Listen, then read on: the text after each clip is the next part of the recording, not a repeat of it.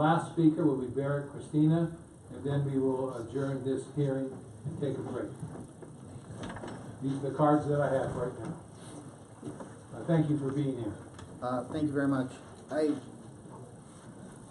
It's very difficult to begin after hearing everybody else's testimony, but we're talking. Speak right I'm sorry. Can you hear me now? Yes, thank you very much.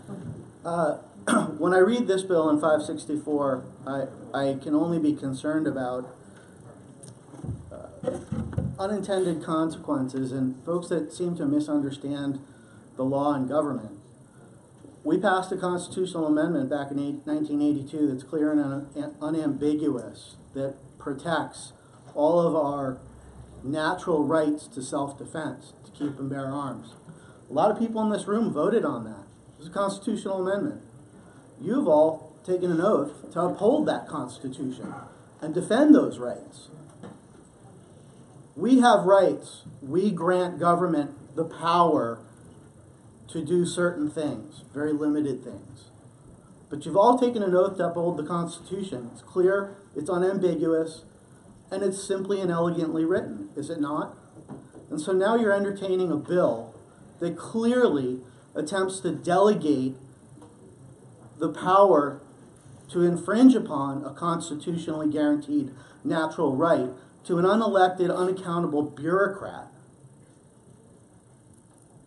on some arbitrary piece of property in what I can only assume is the intent behind the bill is to protect children from violence, right?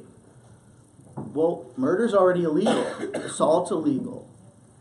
All of the things that this bill, I assume, purports to address are all illegal 17 ways to Tuesday.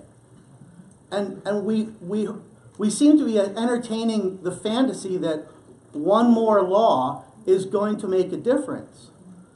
If laws solved problems, we wouldn't need more laws. We already have something on the order of 15,000 laws against all sorts of violent crimes. I'm going to ask a question that's going to take a lot of people off. But as part of my job, I'm a problem solver. And so I have to ask the question, what problem are we looking to solve? And who's causing the problems?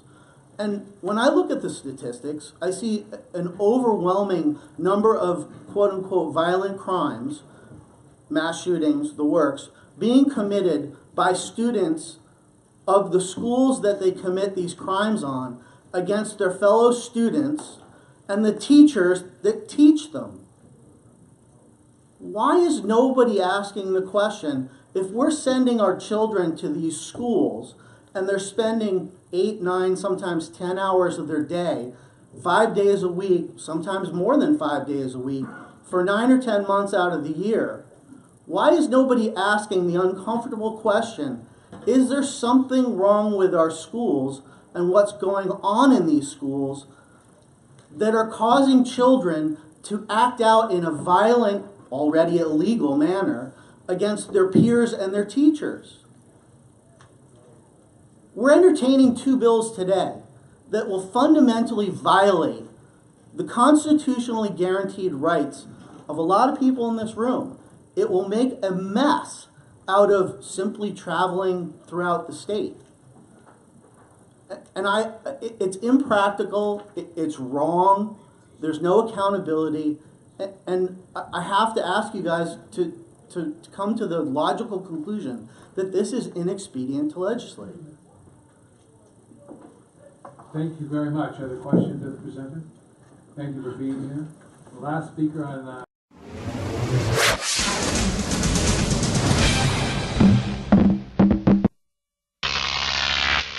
Croc TV.